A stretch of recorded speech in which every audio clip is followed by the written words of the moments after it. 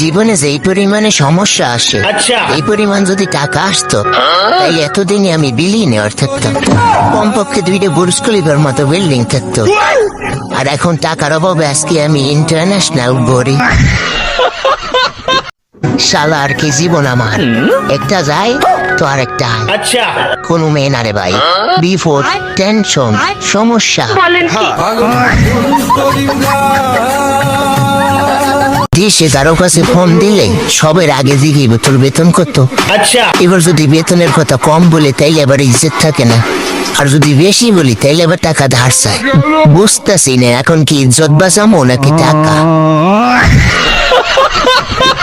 ভালো তো তখনই লাগে যখন দেখি স্মার্ট ছেলে খুঁজতে গিয়ে বুড়া কাকুরে বিয়ে করে।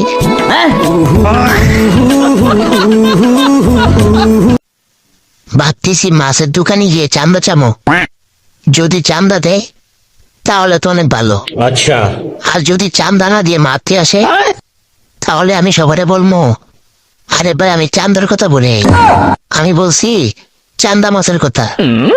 তাহলে তো আমার কেউ মারবো না। ওয়াও, কি সুন্দর বুদ্ধি। না, আজকে কাজে লাগাইতে হইব। এই সুযোগ হাতছাড়া করা যাবে না।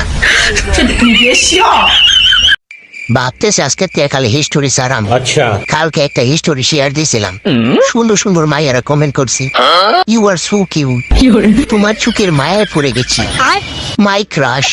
আর একটা তো জানুরে খেলাইছি, মনে হইতেছে ইউসিলা হাঙ্গারে হয়ে যাবো। আজকে খালি হিস্টোরি সারাম। অনেক মেয়ে আছে বিয়ে করার জন্য ভালো সুন্দর ভদ্র জামাই খুঁজতেছে। আচ্ছা, বলতেছি কি তোমরা কি আমাকে চোখে দেখো না শয়তান সেরিরা। ভাবতেছি আমি আমার গুরুটা বেচালাম। আচ্ছা, বেচা ফের নিষ্ঠে টাকা সকল মেয়েরে ঈদে একটা করে পাকিস্তানি ড্রেস গিফট করবাম, আর সকল ছেলেরে ভালোবাসা অবিরাম। শালা আর সেলিব্রিটি হয়ে পড়ছি এক বিপদে। সকাল নাই সন্ধ্যা নাই, সবাই খালি ইন্টারভিউ নিতে আস। ভাই আমি আর আয়ে মেয়ে অস্তে পড়ো তুলে নেই করে সুখে ধরে মেয়ে অস্তে পড়ো তুলে কথা কই করতেন। ভাই আমি আজকের প্রত্যেক আর কোনো ইন্টারভিউ দিতে পারবো না। সকল টিভি চ্যানেলকে বলতেছি যে আমি আর কোনো ইন্টারভিউ দিতে পারবো না, আপনারা সাংবাদিককে পাঠাবেন না। তবে যদি মেয়ে সাংবাদিক হয় তাহলে ভেবে দেখতে পারি।